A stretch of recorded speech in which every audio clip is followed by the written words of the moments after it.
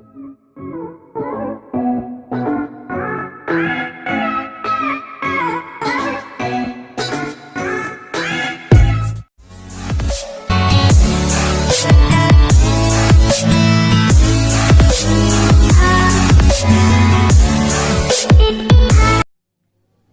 Friend, स्वागत है आप सभी का मेरे यूट्यूब चैनल MBS स्टडी पे। पिछले क्लास में हम लोग एपी पढ़ रहे थे और एपी में 5.2 तक कंप्लीट हो गया था और 5.3 में कुछ क्वेश्चन करवा चुके थे और जो भी बचा हुआ है आज उसको कंप्लीट करेंगे। तो चलिए स्टार्ट करते हैं।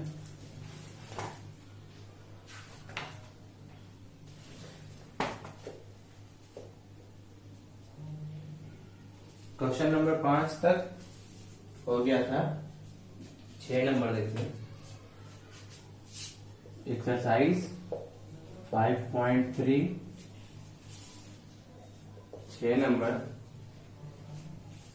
नंबर है कि किसी एपी के प्रथम और अंतिम पद क्रमशः 17 और 350 है। मतलब प्रथम पद जो है ए जो है वो ए 17 दिया हुआ है और ए एन जो है वो 350 दिया हुआ है। यदि सार्व अंतर 9 और सार्व अंतर जो है 9 दिया हुआ है तो आपको बोल रहा है कि कितने पद है और उनका योग। तो n निकालना है और Sn निकालना है। ये दोनों आपको निकालना है, क्या होगा। तो देखिए बस फॉर्मूला अप्लाई करना है यहाँ पे। तो an का जो फॉर्मूला होता है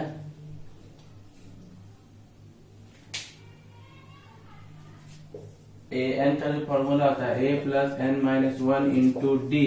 तो an 350 a 17 plus n minus 1 और d कितना है, d 9 दिया हुआ है।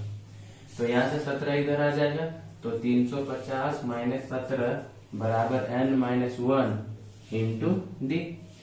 तो 350 में से 17 घटेगा तो कितना बचेगा। इसको इस साइड अगर ले आएंगे तो n माइनस 1 बराबर हो जाएगा n माइनस 1 बराबर बचेगा 350 में से 17 घटेगा तो 333 और बटे में 9। देखिए ये कटेगा, 9 से काटेंगे तो 9 तिया 27 और 3 और 3 6 और 6 3 63। तो 9 सती 63 मतलब n बराबर यहाँ से आ जाएगा 37 प्लस 1। n 38 आ गया। तो 38 पदों का योग बताना है आपको। तो s 38 बताना है। तो पहले तो s 38 जो है तो इसके लिए Sn का फॉर्मूला होता है n/2 a प्लस an।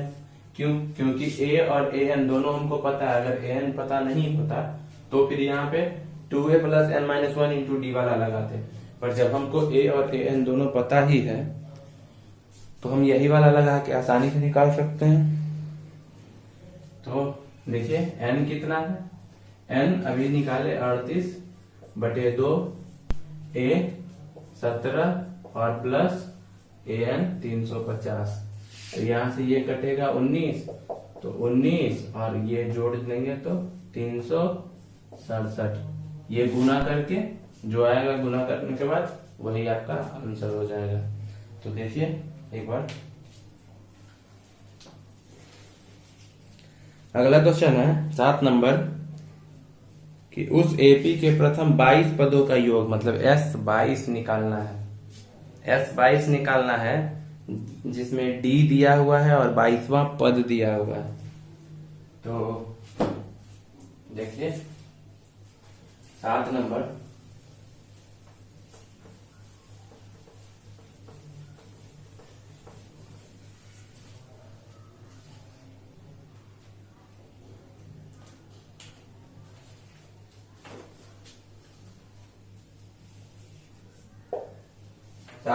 में है D दिया हुआ, D 7 है और 22वां पद जो है A22 दिया हुआ है 149।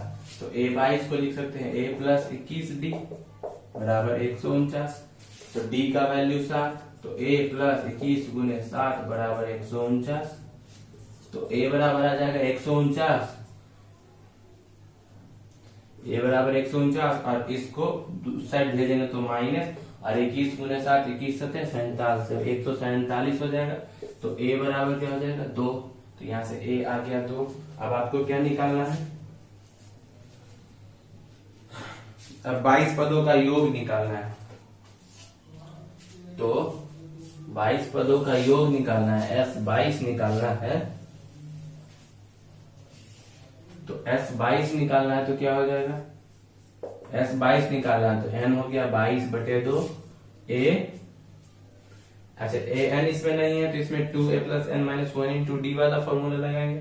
तो 2a का 2 प्लस n 22 - 1 और d कितना है, d 7। तो ये हो जाएगा कट के 11 4 और 21 गुने 7 147, 147 हो जाएगा। तो 147 और 4 तो 11 गुने 151, इसको गुना करना है, गुना करेंगे वही हो जाएगा आंसर।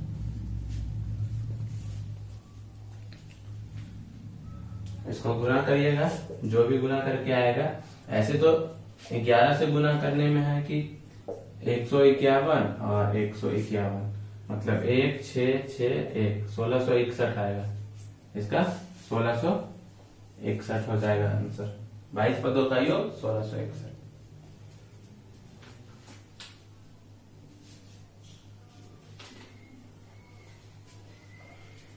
8वां नंबर देखिए।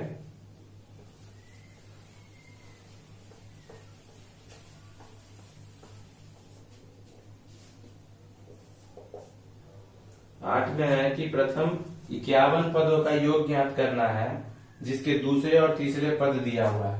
तो दूसरे पद a2 दिया हुआ है 14, मतलब ये हो जाएगा a + d बराबर 14। और दिया हुआ क्या, तीसरे पद तो a + 2d, a + 2d दिया हुआ है 18। तो देखिए अगर इसको समीकरण 1 और इसको समीकरण 2, तो इक्वेशन 1 और 2 दोनों को घटाने पर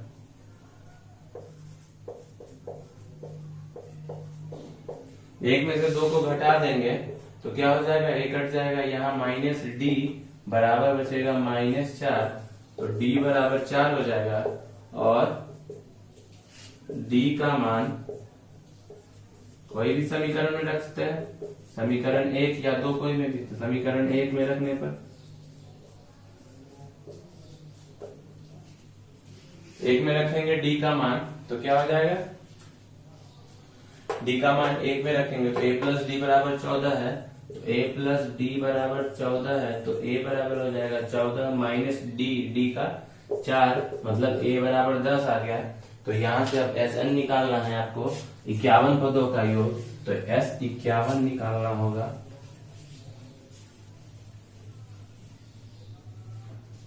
तो आपको S51 निकालना होगा। तो 51/2 और 2a का 10 प्लस n -1 × d है 4। तो इसको सॉल्व करना है, 51/2 20, ये हो जाएगा 20 और प्लस 50 गुने 4 200, मतलब 220।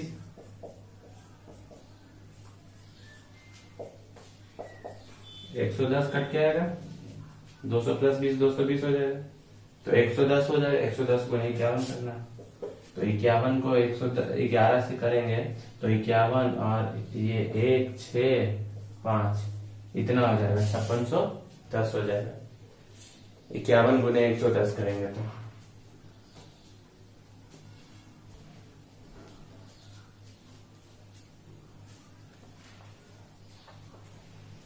अगला क्वेश्चन देखिए 9 नंबर।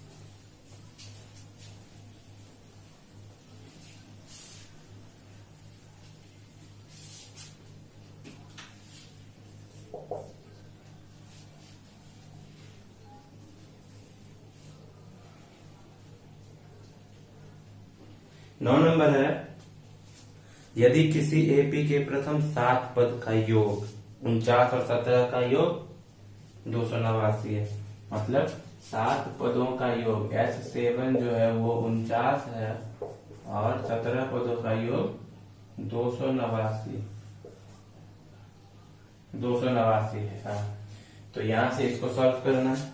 इसमें बताना है कि तो इसके प्रथम n पदों का योग निकालना है। तो n पदों का योग निकालना है, तो देखिए क्या करेंगे इसमें। S7 को हम क्या लिख सकते हैं, 7 पदों का योग। तो S7 को हम यहां से कर लेंगे n/2 into 2a plus n-1 n-1 into d। ये होता है क्या, Sn बराबर Sn का ये फॉर्मूला होता है। तो S7 निकालना है, तो n का मान 7/2 2a प्लस n का मान 7, तो 7 में से 1 घटेगा तो 6 हो जाएगा। 6d बराबर Sn का 49। तो यहां से 2 कॉमन होके कट जाएगा, तो और ये 7 से कटेगा तो 7 बार में 7 से 7 बार में कटेगा। यहाँ से 2 कॉमन लेंगे तो 1/2 इंटू 2 और a प्लस 3d बराबर 7। 2 से 2 कट गया, मतलब a प्लस 3d बराबर 7। इसको इक्वेशन 1 मान लेते हैं और फिर इसको सॉल्व करेंगे। तो S17 जो है, S17 बराबर हो जाएगा n/2 into 2a plus n-1 into d। S17 का दिया हुआ 289, 17/2। यहां से 2 कॉमन ले लेंगे तो बचेगा a प्लस 8d। ये समझ में आ रहा है, ये कैसे आया है यहाँ पे, देखिए थोड़ा सा एक बार ध्यान से। ये 2a है और 17 में से 1 घटेगा तो 16d।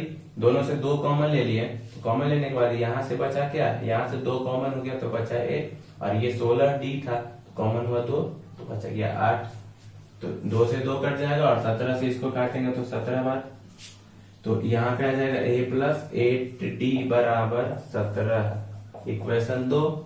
और 2 में से 1 को घटा देते हैं, a प्लस 3d बराबर 7। ये इक्वेशन 1 था और 2 में से 1 को घटाने पर, तो अब आप इसको सॉल्व कर सकते हैं। घटा देंगे तो ये कट जाएगा, 8 में से 3 5 और ये 17 में से 7 गया तो 10। तो d बराबर आ जाएगा 2। तो d बराबर 2 आ गया, तो d का मान समीकरण 1 या 2 किसी में रख के a का मान निकालना है। तो d का मान अगर हम यहाँ रखते हैं तो क्या हो जाएगा, a बराबर, देखिए पहले d का मान समीकरण 1 में रखेंगे तो क्या होगा, d का मान 1 में रखना है। d का मान समीकरण 1 में रखने पर तो a बराबर हो जाएगा, d का मान 1 में रख रहे हैं तो a प्लस 3d है, तो a बराबर क्या हो जाएगा, 7 माइनस 3d। तो 7 माइनस 3d और d का वैल्यू 2, तो 7 में से 6 गया तो 1 हो गया, मतलब a का 1 आ गया और d का 2 आ गया। तो बोल रहा है कि n पदों का योग निकालना है आपको। क्या निकालना था, प्रथम n पदों का योग। तो प्रथम n पदों का योग निकालना है, तो देखिए Sn निकालना है, तो n/2 और a और बाकी सब, तो ये हो जाएगा क्या, इसको थोड़ा सा इधर लिखते हैं।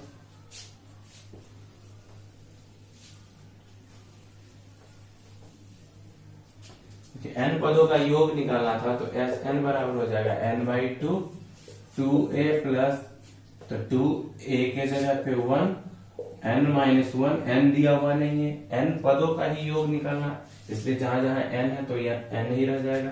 और d निकाले क्या, d 2, तो यहां से आ जाएगा n/2 इंटू 2 प्लस 2n-2, तो ये 2 से 2 कट गया, 2n आ गया, n/2 इंटू 2n, 2 से 2 कट गया मतलब ये आ गया n²।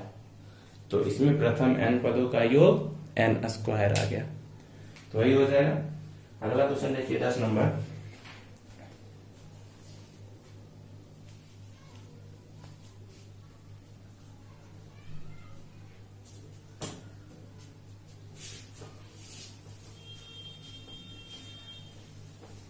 जिनको उतारना होगा वो आराम से वीडियो को रोक के लिख सकते हैं।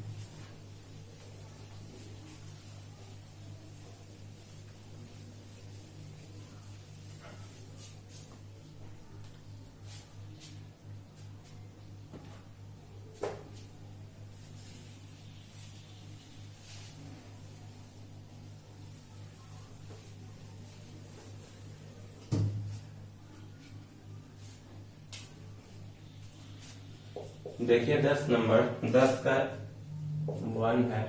10 में है कि दर्शाइए कि A1 A2 से AN तक एक AP बना रही है, मतलब A1 A2 A3 AN ये AP में है, ये AP में है टर्म। यदि AN नीचे दिए अनुसार परिभाषित है,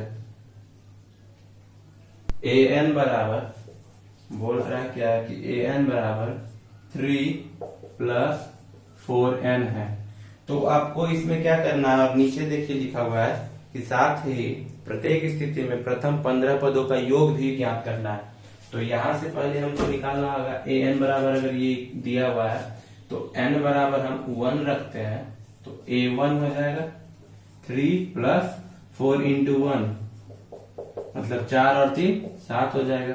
a1 अगर n बराबर 2 रखते हैं तो a2 बराबर क्या हो जाएगा 3 + 4 × 2 8 3 11। अगर n बराबर 3 रखते हैं तो a3 बराबर 3 + 4 × 3 12 और 3 15। तो यहां से देखिए आप क्या समझ रहे हैं कि अगर d निकालते हैं तो a2 - a1, तो a2 11 और a1 7 मतलब 4, तो d क्या है 4, d आ गया 4 और a आ गया 7। तो आपको क्या निकालना है, प्रथम 15 पदों का योग, मतलब s 15 निकालना है, तो n/2 मतलब 15/2 इंटू a 2a, तो a का वैल्यू यहाँ a1 जो है 7, तो a 7 हो जाएगा, प्लस n 15 पद है और d 4 आ गया। इसको सॉल्व करना है बस, इसको सॉल्व करेंगे तो ये हो जाएगा 14 + 14 = 56, 56 और 14 70 हो जाएगा, तो 15/2 × 70, 2 से कटेगा 35 बार में, तो 15 × 35 करेंगे, जो आएगा वही आपका आंसर हो जाएगा। अच्छा 35 को 15 से गुना करेंगे तो गुणा करके वहां लिख दीजिएगा,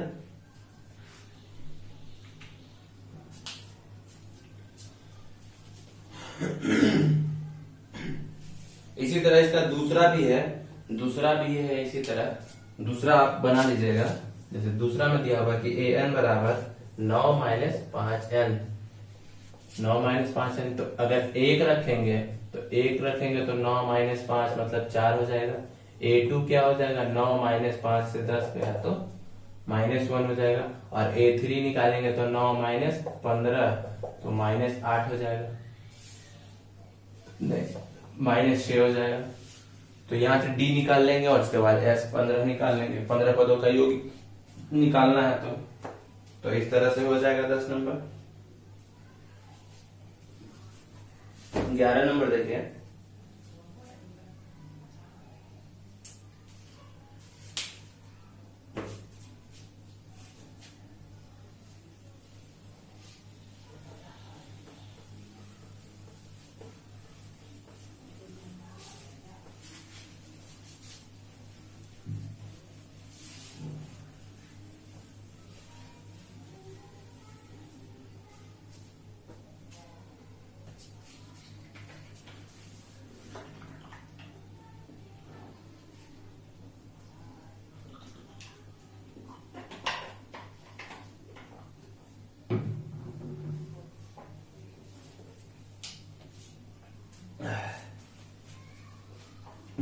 11 नंबर, यदि किसी एपी के प्रथम n पदों का योग, एपी के n पदों का योग जो दिया हुआ है, Sn जो दिया हुआ है वो 4n माइनस एन स्क्वायर, तो इसका प्रथम पद अर्थात S1 क्या है, प्रथम दो पदों का योग क्या है, दूसरा पद क्या है, और इसी प्रकार तीसरे, 10वें और nवें पद ज्ञात करना। देखिए इसमें बहुत सारा चीज पूछ रहा है, तो क्या क्या पूछ रहा है, निकालना क्या क्या है। Sn आपको सिर्फ दिया हुआ है, तो यहां से आपको बताना है कि S1 क्या होगा। इसके बाद है कि प्रथम दो पदों का योग, मतलब S2 और दूसरा पद A2, इसी प्रकार तीसरा पद A3, 10वें पद और nवें पद, इतना चीज निकालना है, इतना चीज आपको बताना है इस इक्वेशन से। तो देखिए इसमें क्या करेंगे,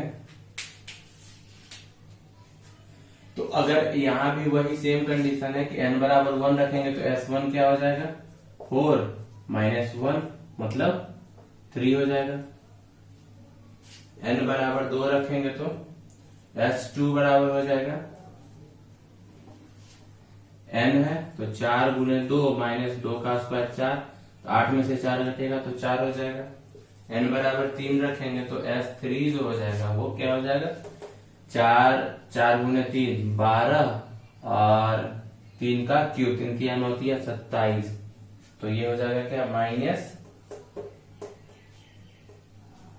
12 में से 27 घट गया तो माइनस का 15, तो S3 माइनस 15 हो जाएगा। तो यहां से आपको निकालना है, इक्वेशन बनाना है कि S1 जो होगा और S2 जो होगा, तो S2 क्या होगा, S2 मतलब अगर दो पदों का, अगर कोई AP है, जैसे 3 5 7 9 इस तरह से AP है, और आपसे सिर्फ पूछा जाए कि दो पदों का योग क्या होगा, तो दो पदों का योग मतलब A1 प्लस A2। ध्यान से समझना है, बहुत बहुत गहराई वाला बात है कि अगर यहाँ पे AP अगर कोई दिया हुआ है और प्रथम दो पदों का योग S2 ही यहाँ पे है, तो प्रथम दो पदों का अगर योग निकालना है तो A1 प्लस A2 करेंगे, 3 प्लस 5, मतलब इस दोनों को सिर्फ जोड़ देंगे, जो भी होगा 3 प्लस 5 मतलब जोड़ के A2 हो जाएगा।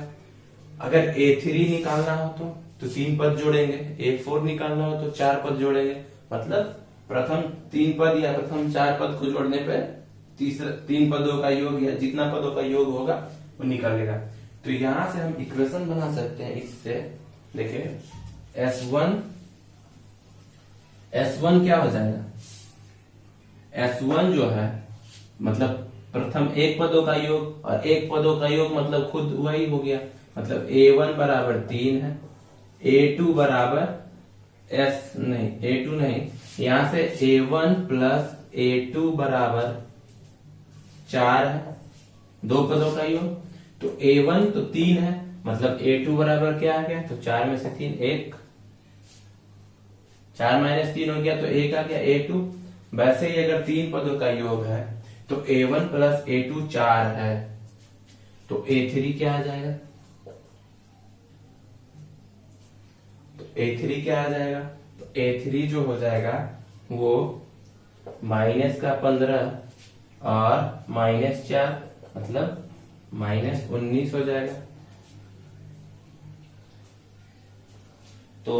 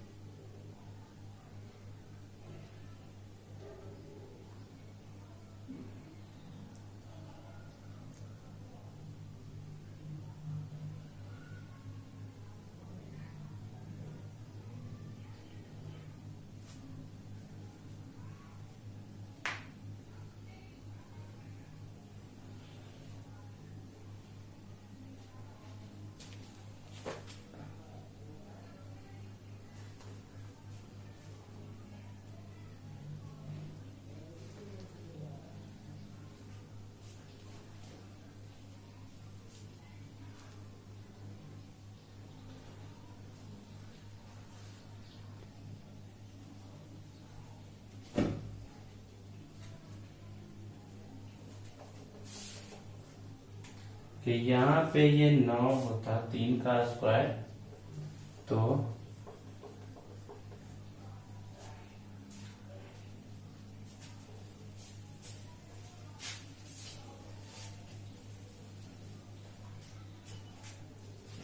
इसी तरह से n बराबर 3 रखेंगे तो S3 हो जाएगा क्या, 4 गुने 3 माइनस 3 का स्क्वायर 9, तो 12 में से 9 गया 3, तो S3 3 हो गया।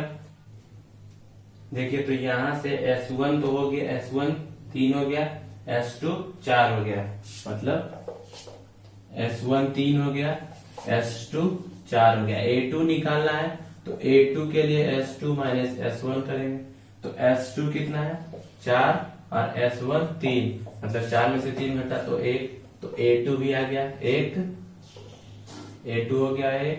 A3 निकालना है तो A3 बराबर S3 माइनस S2, तो S3 3 है और S2 4, तो 3 में से 4 घटेगा तो माइनस का 1, तो A3 हो जाएगा माइनस का 1।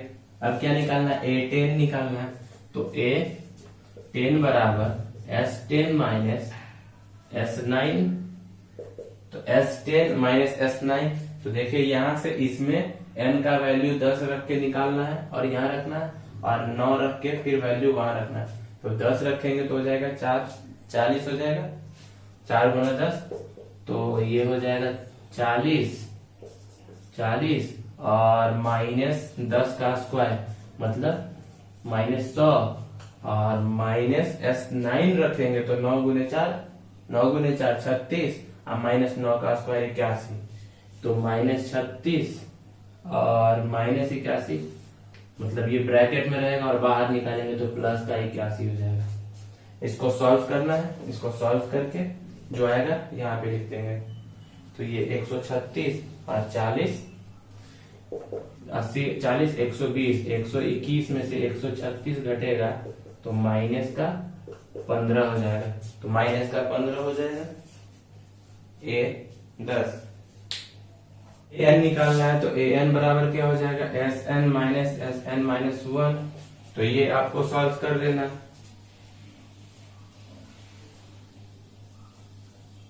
ये आपको Sn और एक बार n माइनस 1, n के जगह पे n माइनस 1 रख के वहां पे आपको सॉल्व करना है, तो ये आप सॉल्व कर लीजिएगा।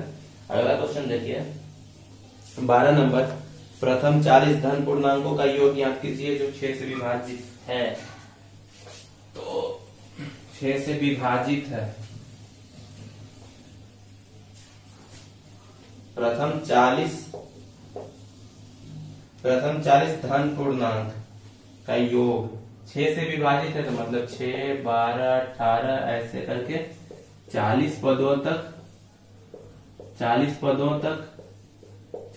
तक निकालना है, तो आपको S40 निकालना है, S40 क्या होगा ये आप निकाल सकते हैं, बिल्कुल पिछले सेम क्वेश्चन जैसा ही है, ये सब टाइप का हो चुका है। तो यहाँ से A दिया हुआ है, D निकाल लेंगे और D निकालने के बाद N तो पता ही है, तो बस S40 निकाल देना है। अगला क्वेश्चन 13, 8 के प्रथम 15 गुणज, तो 8 16 24 ऐसे करके 15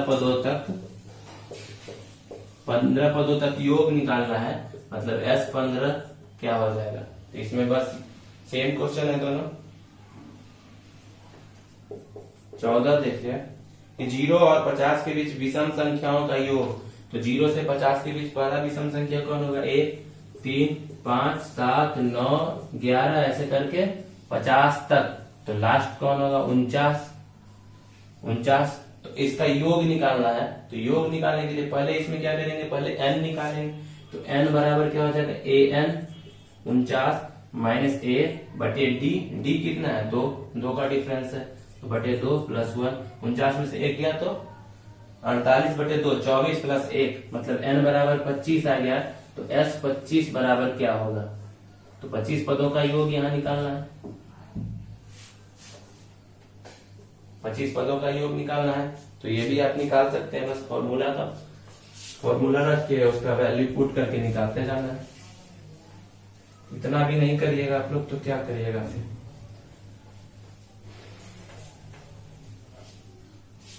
15 नंबर देखिए,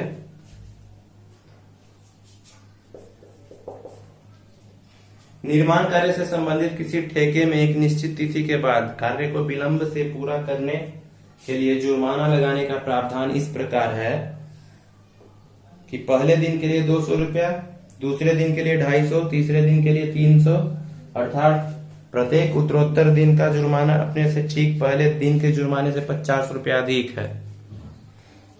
एक ठेकेदार को जुर्माने के रूप में कितनी राशि अदा करना पड़ेगी यदि वह इस कार्य में 30 दिन का विलंब कर देता है? तो देखिए, देखने में बहुत बड़ा है, मतलब क्वेश्चन पर है कुछ नहीं, बिल्कुल सिंपल है। यहाँ पे बस क्वेश्चन को पढ़ना है, आपको पढ़ के समझना है कि क्वेश्चन पूछ क्या रहा है, बोल क्या रहा है। तो क्वेश्चन बोल रहा है कि पहले दिन के अगर एक कोई कार्य, निर्माण कार्य, मतलब कहीं पे कोई काम चल रहा है, अगर वहां पे अगर काम आप डेली कर रहे हैं और अगर एक दिन नहीं जाते हैं काम करने, तो एक दिन नहीं जाने के बदले आपको पेमेंट नहीं मिलेगा, बल्कि उसके बदले आपको पेनाल्टी भरना होगा, आप ही से पैसा कटेगा आपके सैलरी से। तो इसमें है कि पहले दिन के लिए 200 रुपया कटेगा और आप कंटिन्यू अगर नहीं जा रहे हैं, 4-5 दिन कंटिन्यू नहीं गए, तो ऐसा नहीं है कि अगर एक दिन का 100 रुपया है तो 5 दिन का 500 रुपया कटेगा, ऐसा नहीं है। होगा क्या कि अगर आप पहले दिन नहीं जा रहे हैं तो पहले दिन के लिए 200 रुपया है, दूसरे दिन नहीं गए तो दूसरे दिन के लिए 250 रुपया, तीसरे दिन नहीं गए तो 300 रुपया, मतलब जितना दिन आप नागा करते गए उतना दिन आपका कंटिन्यू 50-50 रुपया करके बढ़ते जाएगा। तो है क्या, ये एपी में है, तो पहले दिन के लिए 200, दूसरे दिन के लिए 250, तीसरे दिन के लिए 300 और ऐसे ही बढ़ते जा रहा है। कितना दिन? 30 दिनों तक, 30 दिनों तक बढ़ रहा है। तो पूछ रहा है कि ये पूरा जो होगा 30 दिनों तक कितना विलंब भरना पड़ेगा, विलंब जो होगा, विलंब शुल्क कितना भरना पड़ेगा, तो इसका योग निकालना है। तो यहां से पहले तो n 30 हो गया, a क्या हो गया, a हो गया 200, d हो गया 50 रुपया हर एक दिन बढ़ रहा है, n हो गया 30, तो आपको निकालना s 30। कुछ नहीं था ये क्वेश्चन, बस पढ़ के समझना था, दिखने में भारी पर बहुत इजी। अगला क्वेश्चन देखिए 16 नंबर,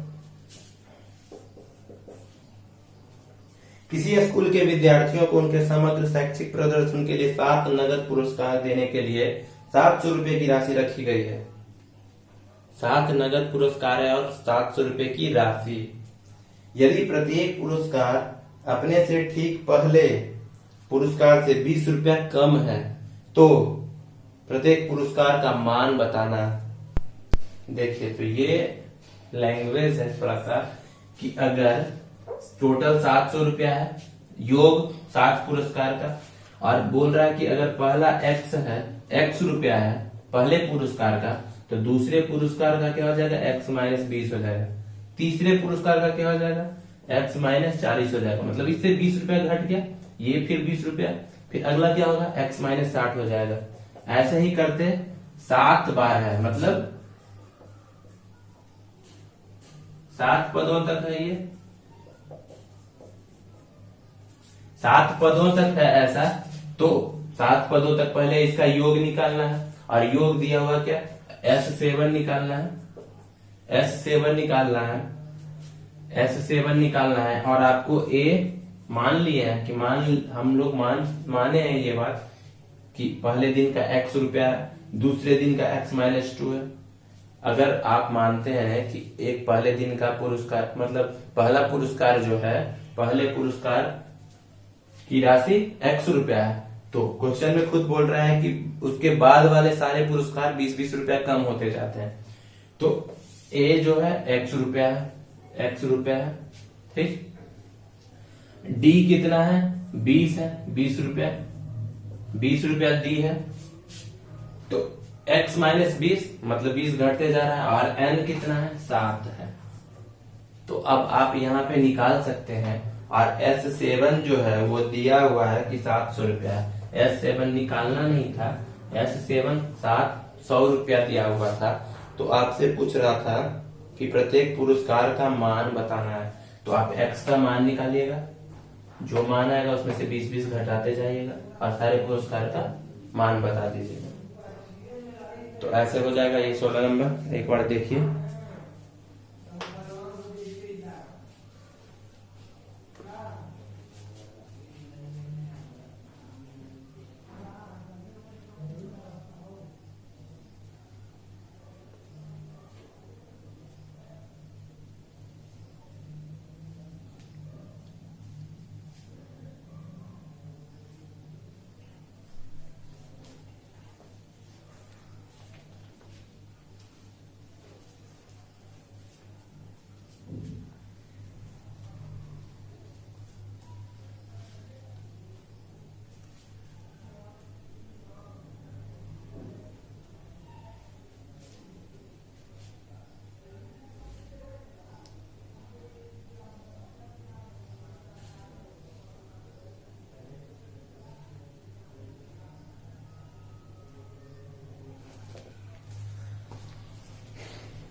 सत्रह नंबर देखिए,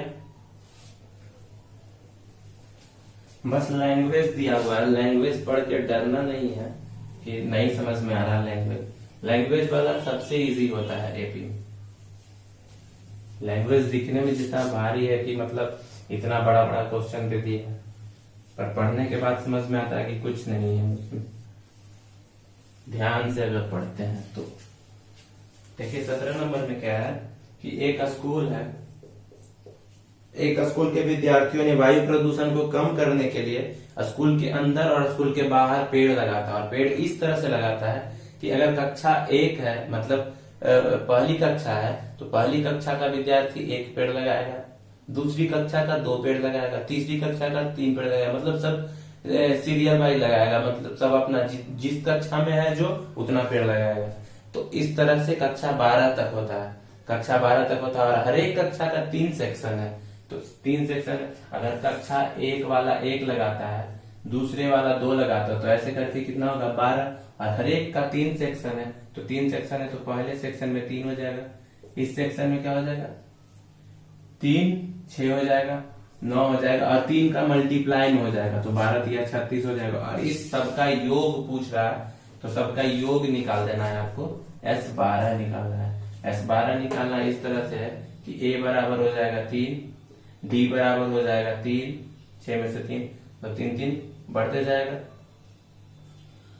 और N 12 AN दिया हुआ है, तो क्या हो जाएगा 12/2 और A प्लस AN 36 3 39, 6 गुने 39, 6 गुने 9 6 54, 4 हासिल 5, 6 18 5 23, 234 पेड़ लगेगा।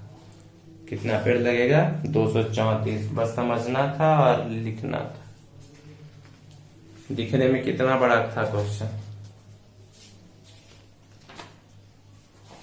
अगला क्वेश्चन देखिए 18 नंबर।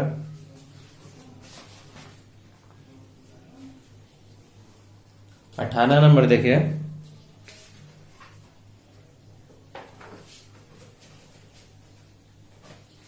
है कि केंद्र ए से प्रारंभ एक त्रिभुज, मतलब नीचे देखिए फिगर दिया हुआ है।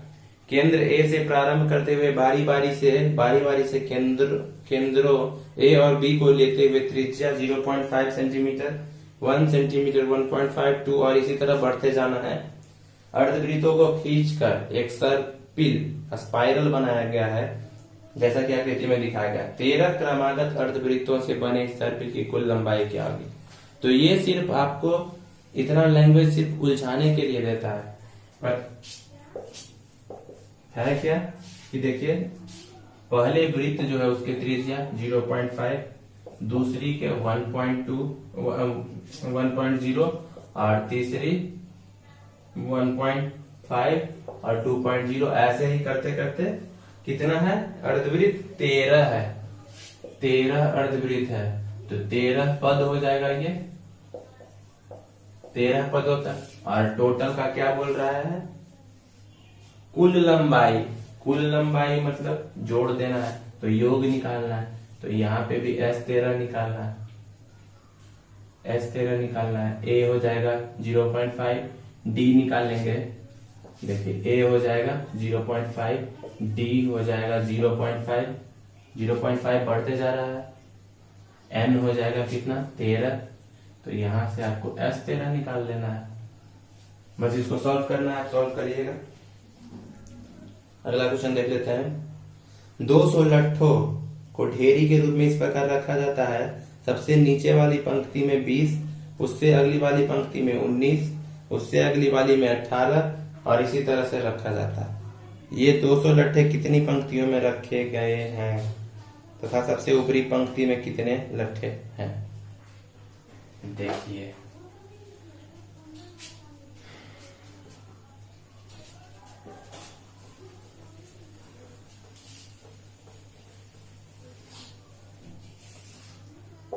उन्नीस नंबर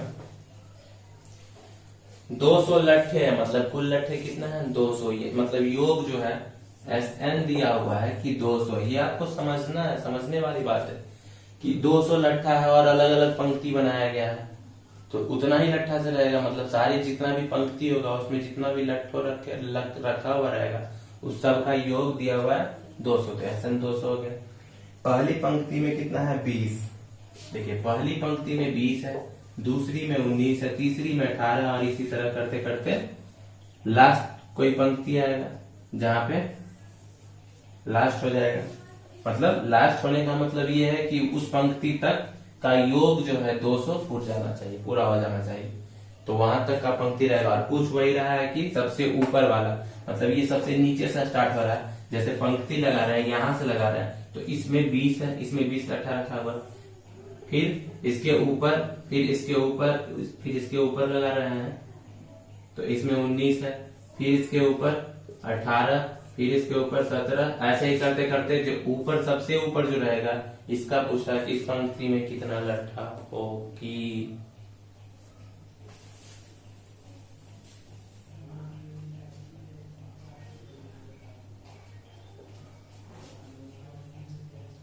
तो देखिए यहाँ पे आपको A 20 है, D -1 है और SN दिया हुआ है। तो SN से हम N निकाल सकते हैं। तो SN बराबर क्या होता है n/2 into 2A plus n -1 into D।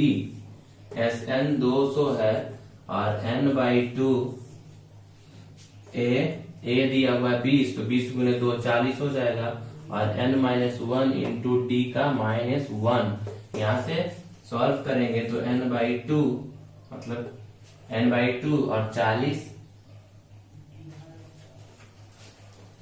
ये 2 इधर आ जाएगा तो 400 हो जाएगा। 400 बराबर n इंटू n और प्लस 41, तो n² ये हो जाएगा n² प्लस 41n माइनस 400 बराबर 0। और जैसे ही पिछले क्लास में किए थे एक इस टाइप का क्वेश्चन था द्विघात पे, उसी तरह से इसको द्विघात से सॉल्व करना है और n का वैल्यू निकालना है। n मतलब पद आ जाएगा कि इतना पद है उतना पंक्ति है, जितना n का वैल्यू आएगा तो n का जितना पंक्ति आएगा उस अंतिम वाला पंक्ति, मतलब n का सपोज दैट n का 12 पंक्ति है, मतलब n बराबर 12 है तो 12वां पद जो होगा A12 जो होगा वो आपको निकालना है और बता देना है कि A12 में कितना लट्ठा होगा। तो इस तरह से आप बना सकते हैं। और 20 नंबर लास्ट क्वेश्चन है ये।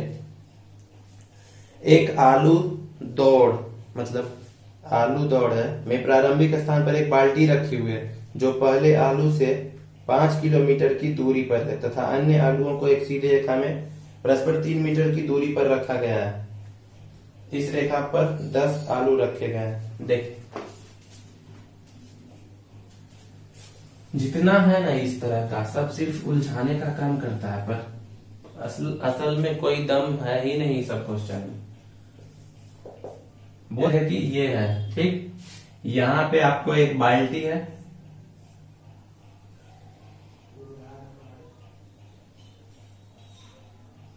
यहाँ पे एक बाल्टी आपको है रखा हुआ, इसमें आलू है और बोल रहा है कि पहला जो है बाल्टी से 5 मीटर की दूरी पर है, इसके बाद 3 मीटर और इसी तरह कितना बार है, 10 बार है। 3-3 मीटर की दूरी पर करके 10 बार तक रखा हुआ है। तो एक कोई आदमी है और यहां से जाता है बाल्टी, ये आलू उठाता है यहाँ से, मतलब ये आलू रखा हुआ है, यहाँ से आलू उठाता तो एक बार जाने में और यहाँ से फिर वापस आने में, आलू उठा के वापस बाल्टी में डालता और फिर यहाँ से जाता है। मतलब 5 मीटर अगर दूरी है तो 5 मीटर है तो कितना बार, 5-5 10 मीटर हो गया एक आलू लाने में। फिर अगला बार अगर यहाँ तक जाता है 3 तक, मतलब अगला मीटर तक, अगला दूसरा आलू जो रखा हुआ वहां तक, तो कितना दूरी जा रहा है, 5 + 3 8 मीटर और वापस आने में 8 मीटर। तो पहला आलू उठाने में तय की गई दूरी क्या होगा, ये वाला गलत हो जाएगा, मतलब ये एपी नहीं होगा। आधा क्वेश्चन पे ये बन रहा था, तो पूरा क्वेश्चन पे क्या बनेगा कि पहला बार है तो ये हो जाएगा 10 मीटर पहला आलू उठाने में, दूसरा आलू उठाने में क्या होगा 16 मीटर हो जाएगा, तीसरा आलू उठाने में 5 3 8 3 11 और 11 वापस आने में 11 तो 22 हो जाएगा। मतलब इस तरह से 10 बार निकालना है, इस तरह से 10 बार निकालना है और इसका कुल दूरी बताना है, योग निकालना है S10 का। तो S10 का योग निकालेंगे तो 10/2 2a + n-1 इंटू डी कितना है 10 6 हो रहा है, तो ये हो जाएगा कट के 5 और ये 10 दूनी 20 और 9 × 5 45 9 × 6 54, तो 5 × 54 और 20 74, 5 × 20 हासिल 2 7 × 5 35 और 2 70, 370 मीटर की कुल दूरी होगी। तो पूरा 10 आलू उठा के लाने में और वापस जाने में कुल तय की गई दूरी क्या हो जाएगी 370 मीटर, 370 मीटर हो जाएगी। तो यही है इस चैप्टर में कि क्वेश्चन को ध्यान से पढ़ना है और ध्यान से पढ़ के समझना है। बस लैंग्वेज को समझ ली अगर आप, तो आप सही ट्रैक पे जाएंगे और क्वेश्चन सही बनेगा आपसे। अगर थोड़ा सा भी इधर उधर, जैसे कि अभी हम आधा क्वेश्चन पढ़े थे, दूसरे साइड देखे नहीं थे इसका, तो कुछ और बन रहा था, अगर उस पे बनाते तो आंसर नहीं आता, वो सही भी नहीं होता। इसलिए एक बार समझना जरूरी है और कोशिश करिए कि एक बार फिर से रिवाइज, मतलब 5.1 से पूरा देखिए वीडियो और बढ़िया से देखिए पूरा और कंप्लीट करिए। तो इस तरह से आपका एपी का चैप्टर कंप्लीट होता है और आज क्लास यहीं तक रखते हैं। अगले दिन आएंगे एक अगले टॉपिक, नए टॉपिक के साथ। तो आज के लिए बस इतना है।